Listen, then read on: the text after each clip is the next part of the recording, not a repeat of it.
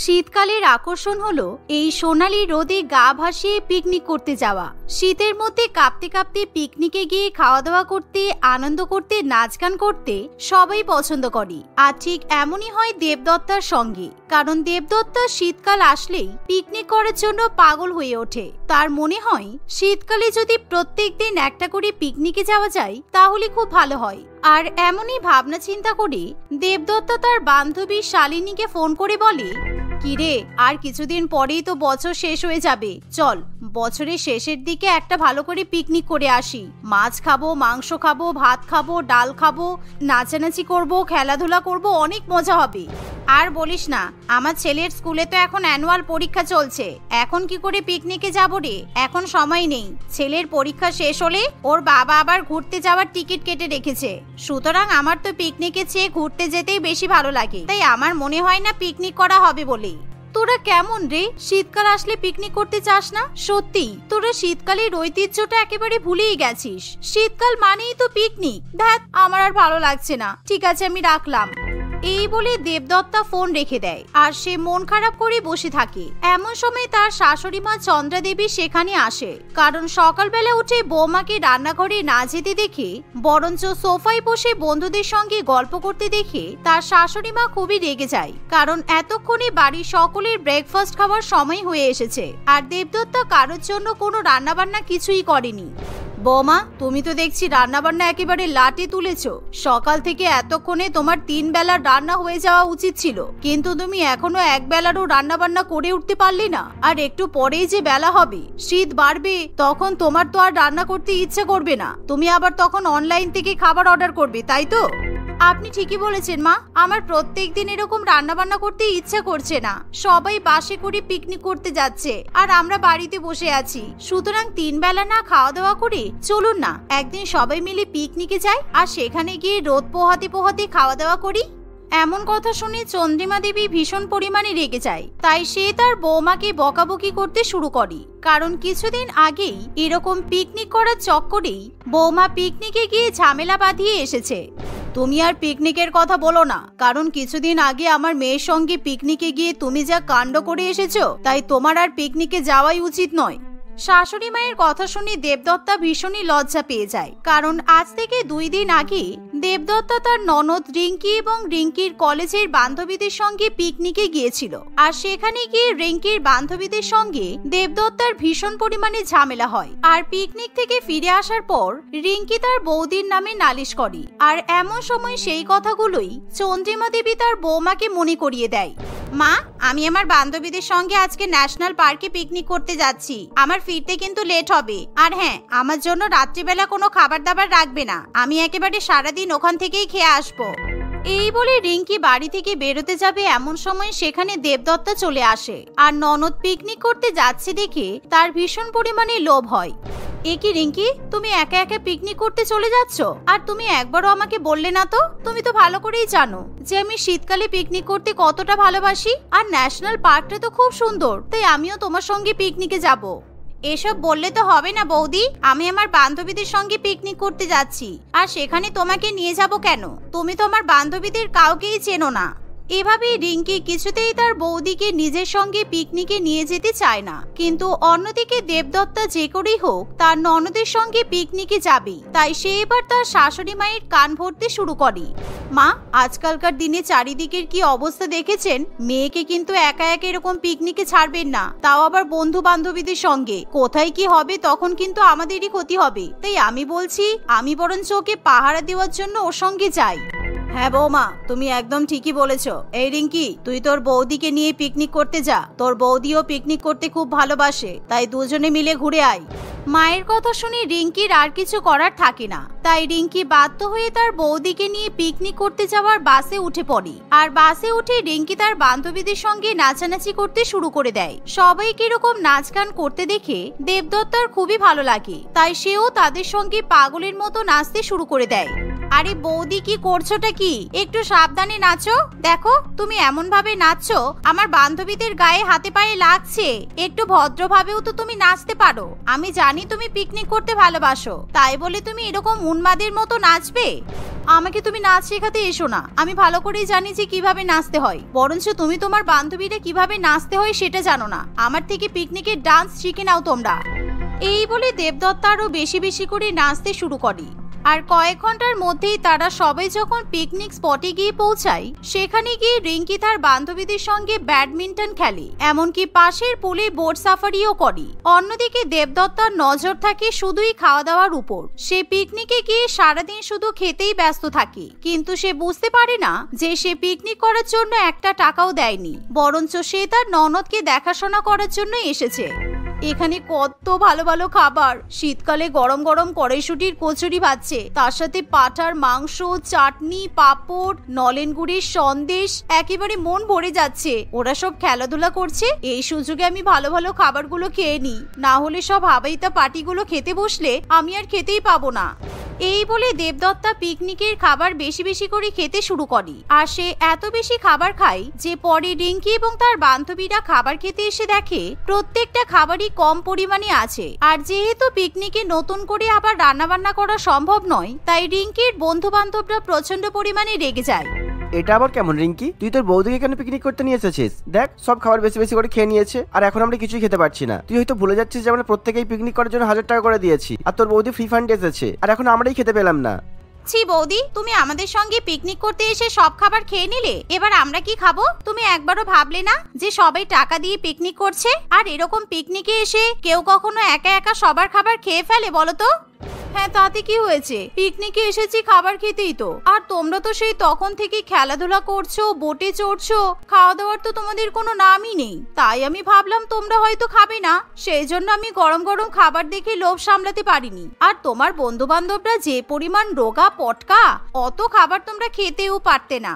দেবদত্তার এমন কথা শুনে রিঙ্কির বন্ধু বান্ধবীরা প্রচন্ড পরিমাণে রেগে যায়। আর সেই রাগ তারা সবাই মিলে রিঙ্কির উপর প্রকাশ করতে শুরু করে। আর তারা কেউ কখনো রিঙ্কির সঙ্গে পিকনিক করতে চায় না। সবাই মিলে তখনই বাসে করে বাড়িতে ফিরে যায়। আর বাড়িতে ফেরার পর রিঙ্কির বন্ধু রাহুল রিঙ্কিকে ফোন করে বলে, দেখ পিঙ্কি, আমরা গোটা 30 জন তোর সাথে পিকনিক করতে গিয়েছিলাম, আর সবাই 1000 টাকা করে দিয়েছি। তাই তুই আমাদের 30,000 টাকা ফিরিয়ে দে। কেননা আমরা যেখানে পিকনিক করতে গিয়ে খাওয়া দাওয়া করতে পারিনি, তোর বৌদি একাই সব খাবার খেয়ে নিয়েছে, তাই পুরো টাকাটা তোর বৌদিই দেবে, আমরা একটা টাকাও দেবো না। এরকম করে কেন বলছিস রাহুল? আমি এখন এতগুলো টাকা কোথায় পাবো? প্লিজ এরকম করে বলিস না। নিজের বৌদিকে পিকনিক করতে নিয়ে আসার আগে এই কথাগুলো তোর ভাবা উচিত ছিল। তুই জানিস না তোর বৌদি কত লোভী? ছাড়, বাদ দে। আমার মুড এমনিতেই খারাপ আছে, কারণ ভেবেছিলাম আমাদের পিকনিকটা খুব গ্র্যান্ড সাকসেস হবে, কিন্তু তোর বৌদি তো একবারে ঝুল করে দিয়েছে। যাই হোক, তুই টাকাটা পাঠিয়ে দিস। এই বলে রাহুল ফোন রেখে দেয়। আর রিঙ্কি কাঁদতে কাঁদতে তার মায়ের কাছে আসে আর তার বৌদির নামে সব কথা বলি, যার ফলে চন্দ্রা দেবীও তার বৌমার উপর রেগে যায় আর তাকে ডেকে বকাবকি করে। আর দেবদত্তা এমন সময় মাথা নিচু করে দাঁড়িয়ে থাকে। এখন আমি বুঝতে পারছি তুমি কেন পিকনিকে যাওয়ার জন্য নাচানাচি করছিলে, কারণ ওখানে গিয়ে তুমি আমার মেয়েকে অপমান করতে পারবে, তাই তো? যাই হোক, তুমি ওদের পিকনিকের 30,000 টাকা ওর বন্ধুদেরকে ফিরিয়ে দাও। 30,000 টাকা? কিন্তু আমার কাছে তো 300 টাকাও নেই মা। ঠিক আছে, আপনি চিন্তা করবেন না, আমি আপনার ছেলেকে বলছি 30,000 টাকা দিয়ে দিতে। এই বলে দেবদত্তা ঘরে চলে যায়। আর সে তার বরকে 30,000 টাকা দিতে বললে তার স্বামীরও কিছু করার থাকে না। সেই টাকা নিয়ে দেবদত্তা তার ননদকে দিয়ে দেয়। আর এসব কথা মনে করেই চন্দ্রদেবী কিছুতেই তার বৌমার সঙ্গে পিকনিকে যেতে চায় না। আমি মানছি আমার একটা ভুল হয়েছে, তাই বলে আমি পিকনিক করতে যাব না? এটা হতে পারে বলুন? আর 2 মাস পরেই তো শীতকাল চলে যাবে, তারপর কি আমি গরমকালে পিকনিক করতে যাওয়ার কথা বলবো? প্লিজ মা, আমরা পিকনিক করতে যাই, চলুন না। শাশুড়ি মা কিছুতেই তার বৌমার কথা মেনে নিতে চায় না। আর এভাবেই দেখতে দেখতে বেশ কিছুদিন কাটে। একদিন দেবদত্তার স্বামী রাজ খুব আনন্দমনে বাড়িতে ফিরে আসে, কারণ তার অফিস থেকে পিকনিকের আয়োজন করা হয়েছে। আর এই কথা যখন দেবদত্তা জানতে পারি, তখন তার আনন্দের আর ঠিকানা থাকে না। রাজ, আমিও তোমার সঙ্গে পিকনিকে যাব, কারণ আমি জানি তোমার অফিসের পিকনিকে ওয়াইফদেরও অ্যালাউ করে। তাই প্লিজ তুমি আমাকে নিয়ে চলো। ওরে বাবা, মাথা খারাপ নাকি? তারপর তোমাকে আমি পিকনিক করতে নিয়ে যাই আর তুমি পিকনিকের খাবার একা একা খেয়ে নাও, আর আমাকে আমার বোনের মতো পিকনিকের সব টাকা দিতে হোক, তাই তো? তোমাকে নিয়ে যাওয়ার প্রশ্নই আসছে না। এরকম করে বলছো কেন? আমি তো বলছি যে আমি পিকনিকের খাবার আর একা একা খাবো না। আর তোমার বোনের কথা বাদ দাও তো, ওই তো পিকনিকে গিয়ে খাবার খেয়েছি, কড়াইশুটির কচুরি আর মাংস, তাতে আবার 1000 টাকা লাগে নাকি বলো? ছাড়ো, বাদ দাও, তুমি প্লিজ আমাকে পিকনিকে নিয়ে চলো। এভাবেই দেবদত্তা প্রচন্ড পরিমাণে জোর করতে শুরু করলে রাজির কিছু করার থাকে না। সে তার বউকে পিকনিকে নিয়ে যেতে রাজি হয়ে যায়। আর কিছুদিনের মধ্যেই রাজ তার বউকে নিয়ে পিকনিকে যাওয়ার জন্য বাসে উঠে পড়ে। কিছুক্ষণের মধ্যেই তারা সবাই বি গার্ডেনে পিকনিক করতে পৌঁছে যায়। আর সেখানে গিয়ে সবাই অনেক মজা করে, খেলাধুলা করে, গান বাজনা করে। কিন্তু দেবদত্তা এবার বেশি বেশি খাবার খায় না, সে সবার সঙ্গে বসে কম পরিমাণেই খাবার খায়। এই রাজ, তুমি আমার সোয়েটারটা একটু ধরো তো, আমি সকাল থেকে একবারও ওয়াশরুমে যাইনি, আমি একটু ওয়াশরুমে যাব। আচ্ছা ঠিক আছে, ওই দেখো ওই কোনটাই বাথরুম আছে, ওইখানে চলে যাও, বাথরুমটা খুব পরিষ্কারই, তাড়াতাড়ি আসবে কিন্তু, আর কোথাও যাবে না। রাজের কথা শুনে দেবদত্তা তাড়াতাড়ি ওয়াশরুমে চলে যায়। আর ওয়াশরুমে যাওয়ার পথে সে এমন এক দৃশ্য দেখবে সেটা সে কল্পনা করতে পারেনি। দেবদত্তা দেখে যে তার ননদ এবং রাহুল বসে পার্কের মাঠে গল্প করছে, আর তাদের সমস্ত কথাই দেবদত্তা শুনে ফেলে। ভাগ্যিস তুই সেদিনকে প্ল্যান মতো আমাকে ফোন করে 30,000 টাকা চেয়ে নিয়েছিলিস, না হলে আমি কিছুতেই আমার এক্সকারশনের টাকাটা জোগাড় করতে পারতাম না। আমাকে তো আমার দাদা আর মা বলেই দিয়েছিল যে ওরা এক্সকারশনের জন্য কিছুতেই আমাকে 15,000 টাকা দিতে পারবে না, আমাকে নিজেই জোগাড় করে নিতে হবে। কারণ ওরা ভালো করেই জানি এসব এক্সকারশন কিছুই না, শুধুমাত্র শীতকালে ঘুরতে যাওয়া।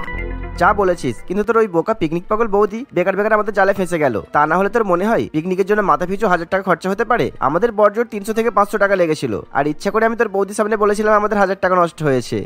আর তোর বৌদি বলত বুঝতেও পারেনি। সত্যি তুই আমাকে অনেক হেল্প করেছিস রে Rahul, thank you so much. এমন সময় দেবদত্তা রাহুল এবং রিঙ্কির সব কথাই ভিডিও রেকর্ডিং করে।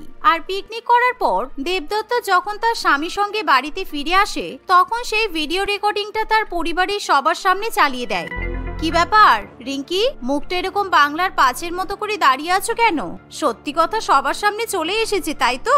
তুমি আমাকে এরকম ভাবে ফাঁসাতে পারলে? আমি তো ভাবতেই পারছি না তুমি কিভাবে এই কাজটা করতে পারলে। কি হলো মা, এবার আপনার মেয়েকে বকা দিন? সেদিন তো আমাকে খুব বকাবকি করছিলেন। প্লিজ আমাকে তোমরা ক্ষমা করে দাও, আমার ভুল হয়ে গেছে। আমি বেকার বেকার বৌদিকে অপমান করে ফেলেছি। আমার বৌদির সঙ্গে এরকম ব্যবহার করা সত্যিই উচিত হয়নি। আমি আর কোনোদিনও এরকম কাজ করব না। প্লিজ তোমরা আমাকে ক্ষমা করে দাও। এভাবেই রিঙ্কি ক্ষমা চাইতে শুরু করলে সবাই রিঙ্কিকে ক্ষমা করে দেয়। তবে এরকম ঘটনার পর থেকে কোনোদিনও শীতকালে পিকনিকে যাওয়া নিয়ে তাদের মধ্যে কোনো ঝামেলা সৃষ্টি হয় না। কিছুদিন পর আবার তারা ফ্যামিলির সবাই মিলে পিকনিক করতে যায়। আর সেখানে গিয়ে তারা সবাই মিলে অনেক আনন্দ করে।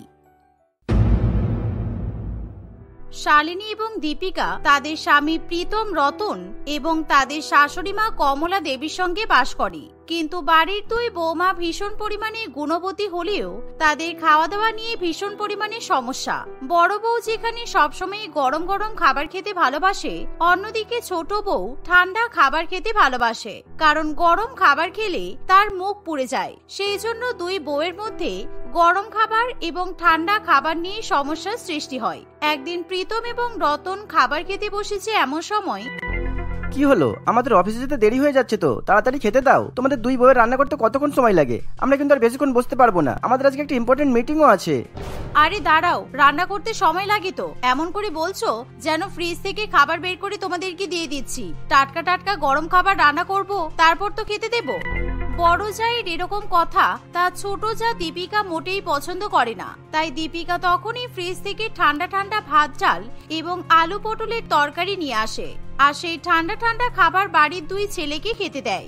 আমার বড় জায়ের রান্নার অপেক্ষায় বসে থাকলে আপনাদের দুজনকে আর অফিসে যেতে হবে না। তাই এই নিন, ঠান্ডা ঠান্ডা খাবার খেয়ে অফিসে চলে যান, তাহলে আপনাদের আর দেরি হবে না। তোমার কি মাথা খারাপ হয়ে গেছে দীপিকা? এরকম বাসি খাবার ফ্রিজ থেকে বার করে দিয়ে দিলে? একবার তো একটু মাইক্রোওভেনে গরম করে দিলেই পারতে। না না, এত ঠান্ডা খাবার খাওয়া সম্ভব না। আর এরকম ঠান্ডা খাবার খেলে আমাদের শরীরও খারাপ হবে। কিচ্ছু শরীর খারাপ করবে না, গরম খাবার খেলে বরঞ্চ মুখ পুড়ে যায়। তাই ঠান্ডা খাবার খেয়ে নাও। আমি তো রোজ ঠান্ডা খাবার খাই, কোথায় আমার তো শরীর খারাপ করে না।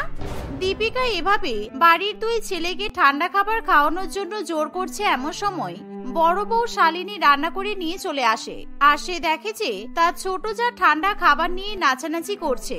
আর এই দেখে সে ভীষণ পরিমাণে রেগে যায়। আর সে দুজনকে গরম খাবার খাওয়াবে বলে তাড়াতাড়ি করে টেবিলের সামনে ছুটে আসে। কি তুমি ওদের পাতে ঠান্ডা খাবার পরিবেশন করে দিলে কেন? এই নাও, আমি তোমাদের জন্য ধোয়া ওঠা গরম গরম খাবার নিয়ে এসেছি। এই খাবার খেয়ে তোমরা অফিসে চলে যাও। শালিনী এতই গরম খাবার রান্না করে যে সেই খাবারে হাত দেওয়া মাত্রই প্রীতম এবং রতনের হাত পুড়ে যায়, আর তারা কিছুতেই খাবার খেতে পারে না। কারণ ঠান্ডা খাবার তো খাওয়াই যায় না, আবার উল্টো দিকে বেশি গরম খাবারও খাওয়া যায় না। তুমি খাবারটাকে এত গরম করেছো শালিনী। গরম গরম খাবার খেতে ভালো লাগে ঠিকই, তাই বলে আমার হাত জিভ সবটাই গরম খাবারের জন্য পুড়ে যাবে? আমি আর খাবো না। তোমাদের বড় বউয়ের গরম খাবার আর ছোট বউয়ের ঠান্ডা খাবারের জন্য আমরা পাগল হয়ে যাচ্ছি।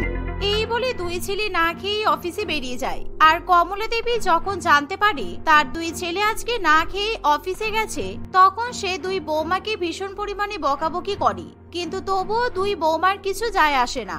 বড় বউ নিজের রান্না করা ধোয়া ওঠা গরম গরম খাবার খেতে শুরু করে, কিন্তু তার কোনো অসুবিধা হয় না। অন্যদিকে ছোট বৌমা ফ্রিজ থেকে ঠান্ডা খাবার বের করে খেয়ে নেয়। এভাবেই দেখতে দেখতে কিছুদিন কাটে।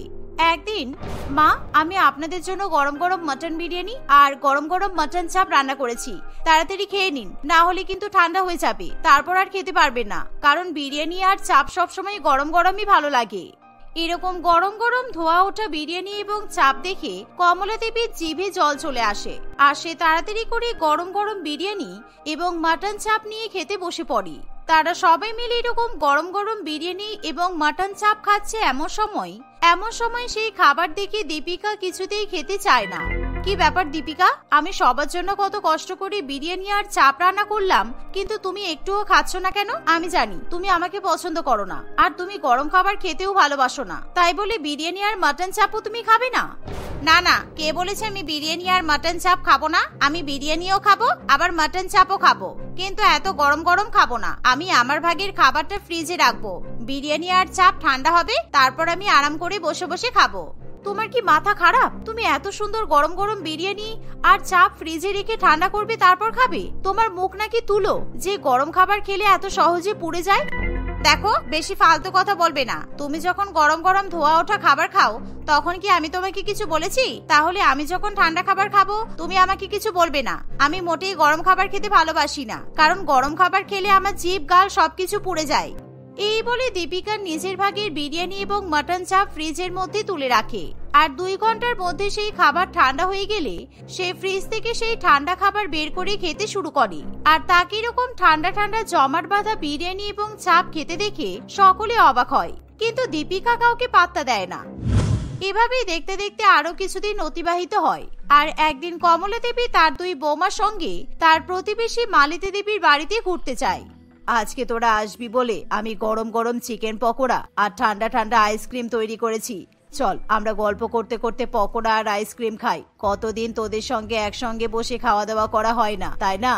হ্যাঁ, ঠিকই বলেছিস, আমিও তো আর আসার সময় পাই না, তাই আজকে 2 বৌমাকে নিয়ে চলে এলাম। আর তুই বেকার বেকার এত কিছু রান্না করেছিস কেন?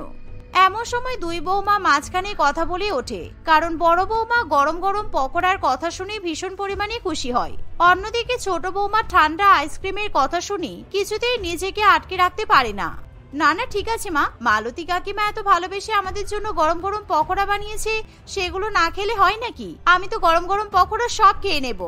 শালিনীর কথা শুনে মালতী দেবী খুবই খুশি হয়, তাই মালতী দেবী তখনই রান্নাঘর থেকে গরম গরম পকোড়া নিয়ে চলে আসে।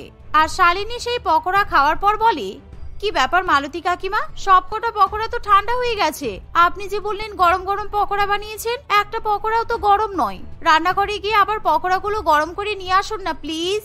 শালিনীর কথা শুনে মালতী দেবী ভীষণ পরিমাণে অবাক হয়, কারণ একই পকোড়াগুলো অনেকটাই গরম, তার উপর শালিনী আবার সেই পকোড়া গরম করে নিয়ে আসার কথা বলছে। ফলে মালতী দেবী রান্নাঘরে গিয়ে পকোড়াগুলো আগুন গরম করে নিয়ে আসে, আর শালিনী সেই আগুন গরম পকোড়া টপ টপ করে খেতে শুরু করে, এমনকি তার কোনো অসুবিধাও হয় না। অন্যদিকে দীপিকা বরফের মতো ঠান্ডা আইসক্রিম কামড়ে কামড়ে খেতে থাকে, কিন্তু সে পকোড়া ছুঁয়ে পর্যন্ত দেখতে চায় না। এভাবেই 2 বৌমার 2 রকম রূপ দেখে কমলা দেবী ভীষণ পরিমাণে লজ্জায় পড়ে। আরে তোমরা কি করছো? তোমাদের জন্য লজ্জায় আমি আর এখানে বসে থাকতে পারছি না। এরকম ভাবে গরম গরম পকোড়া আর ঠান্ডা ঠান্ডা আইসক্রিম খেও না। মালতী তোমাদের দিকে তাকিয়ে তাকিয়ে হাসছে তো? না না, হাসার কি আছে? তোর 2 বৌমা যদি পাগল হয় তাতে দোষ কিসের? একজন গরম গরম আগুনের মতো পকোড়া খাচ্ছে, আর অন্যজন ঠান্ডা ঠান্ডা বরফের আইসক্রিমে কামড় দিচ্ছে। হায় রে কপাল! এই শুনে কমলা দেবী আর কিছুতেই সেখানে বসতে চায় না, তাই সে তখনই তার দুই বৌমাকে বাড়িতে নিয়ে চলে আসে। আর বাড়িতে আসার পর সে তার দুই বৌমাকে ভীষণই বকাবকি করে, কিন্তু তবুও দুই বৌমার এরকম অদ্ভুত স্বভাবে কিছুতেই পরিবর্তন আসে না। দেখতে দেখতে আরো কিছুদিন কাটে, আর একদিন শালিনী নিজের জন্য গরম গরম ম্যাকারনি এন্ড চিজ পাস্তা রান্না করে। এই পাস্তা খেতে দারুণ হয়েছে, গরম গরম খেতে ব্যাপক লাগছে, কিন্তু একেবারে পুরোটা খেয়ে নেব না। আমি ফ্রিজের মধ্যে এই পাস্তা লুকিয়ে রাখি, কালকে সকালে গরম করে আবার বাকিটা খাবো। তবে এই পাস্তা যদি আমার ছোট জায়ের চোখে পড়ে তাহলে তো সবই খেয়ে ফেলবে। এই বলে শালিনী ফ্রিজের মধ্যে সেই ম্যাকারনি এন্ড চিজ পাস্তা লুকিয়ে রেখে চলে যায়। আর সেই দিনই মধ্যরাতে দীপিকার ভীষণ পরিমাণে খিদে পায়, আর সে যেহেতু ঠান্ডা খাবার খেতে ভালোবাসে তাই ফ্রিজে এসে আইসক্রিম, কোল্ড ড্রিঙ্কস ইত্যাদি খুঁজতে শুরু করে, কিন্তু সে কিছুই পায় না। এমন সময় হঠাৎ করে তার নজর পড়ে ম্যাকারনি এন্ড চিজ পাস্তার দিকে, আর যা দেখে সে কিছুতেই লোভ সামলাতে পারে না। ওরে বাবা, আমার বড় যা পাস্তা রান্না করেছে, কিন্তু আমাকে একটুও দেয়নি, ইচ্ছা করে আবার ফ্রিজের মধ্যে লুকিয়ে রেখেছে যাতে আমি দেখতে না পাই। দেখাচ্ছি মজা, এখন আমি এই সব ঠান্ডা ঠান্ডা পাস্তা খেয়ে নেব।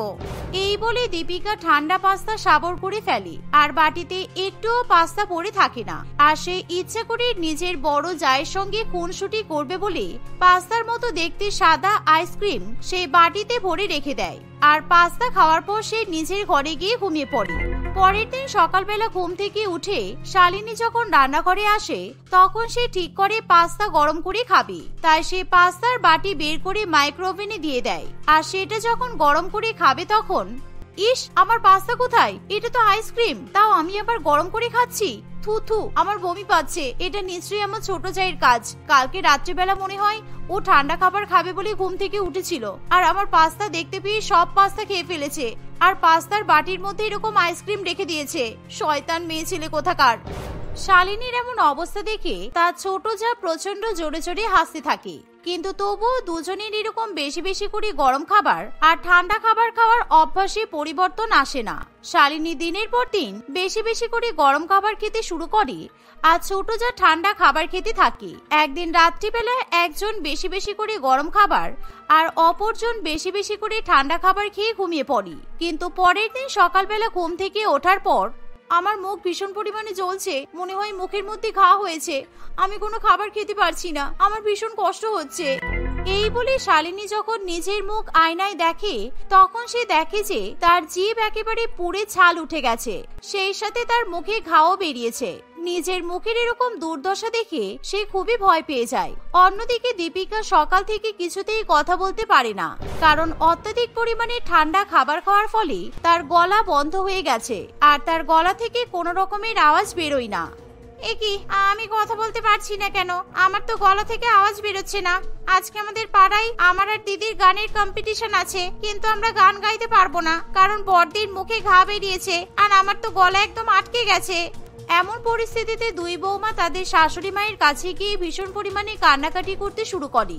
আর এমন সময় কমলা দেবী তার দুই বৌমার উপর আরো বেশি করে রেগে যায়। এখন যখন বিপদে পড়েছো তখন আমার কথা মনে পড়েছে? আর বড় বৌমা, তোমাকে আমি কতবার বলেছি যে এরকম গরম খাবার খেও না, দেখেছো এখন জিভে জ্বালা যন্ত্রণাতে কেমন ছটফট করতে হচ্ছে। আর ছোট বৌমা, তোমার তো গলা থেকে আওয়াজই বেরোচ্ছে না, তুমি ইশারায় ইশারায় কথা বলছো। এবার আমি কি করব? বড় মুখ করে পাড়ায় বলেছিলাম আমার দুই বৌমা আজকে গান গাইবে, কিন্তু হায় রে কপাল, তোমাদেরকে আর গান গাইতে হবে না। মা, দয়া করে আমাদের দুজনকে ঠিক করে দিন, আমরা আর কোনোদিনও বেশি বেশি গরম খাবার কিংবা বেশি বেশি ঠান্ডা খাবার খাবো না। আমরা আমাদের অভ্যাস পরিবর্তন করে ফেলবো, কিন্তু আমার মুখে ভীষণ জ্বালা করছে। ঠিক আছে, তুমি কান্নাকাটি করো না, আমি দেখছি কি করা যায়। চলো, তোমরা দুজনে আমার সঙ্গে ডাক্তারের কাছে চলো। এই বলে কমলা দেবী তার দুই বৌমাকে নিজের সঙ্গে ডাক্তারের কাছে নিয়ে যায়, আর ডাক্তারবাবু কোনো মতে ওষুধ দিয়ে দুই বৌমাকে সুস্থ করে তোলে, কিন্তু তবুও তারা গানের কম্পিটিশনে অংশ নিতে পারে না। ফলে কমলা দেবী এবং তার দুই বৌমা প্রচন্ড পরিমাণে লজ্জায় পড়ে। এভাবেই দেখতে দেখতে কিছুদিনের মধ্যেই দুই বৌমা সুস্থ হয়ে ওঠে। এতদিন আমি কারোর সঙ্গে কথা বলতে পারছিলাম না, আমার খুব কষ্ট হচ্ছিল। আমি বুঝতে পেরেছি যে অতিরিক্ত ঠান্ডা খাবার খেয়ে আমার শরীর খারাপ করেছিল, এমনকি আমার গলাটাও নষ্ট হয়ে গেছে। দেখুন, আমার গলা দিয়ে কেমন ছেলেদের মতো আওয়াজ বেরোচ্ছে। আমি আর কোনোদিনও ঠান্ডা খাবার খাবো না। হ্যাঁ রে, অতিরিক্ত গরম খাওয়ার ফলে আমার মুখ তো এমন ভাবে পুড়ে গেছে যে আমি এত ওষুধ খাওয়ার পরও ভালোভাবে খাবার খেতে পারছি না। আমার মুখ ভীষণ জ্বালা করে, তাই আমি আর কোনোদিনও বেশি গরম গরম খাবার খাবো না। দুই বৌমার মুখে এমন কথা শুনে কমলা দেবী শান্তি পায়। এভাবেই সেই ঘটনার পর থেকে দুই বৌমা মিলেমিশে স্বাভাবিক খাদ্যাভ্যাস গড়ে তোলে। তারা কখনো আর বেশি গরম খাবার খায় না, আর নাইবা তারা অতিরিক্ত ঠান্ডা খাবার খায়। এভাবেই দুই বৌমা মিলেমিশে সংসার করতে থাকে।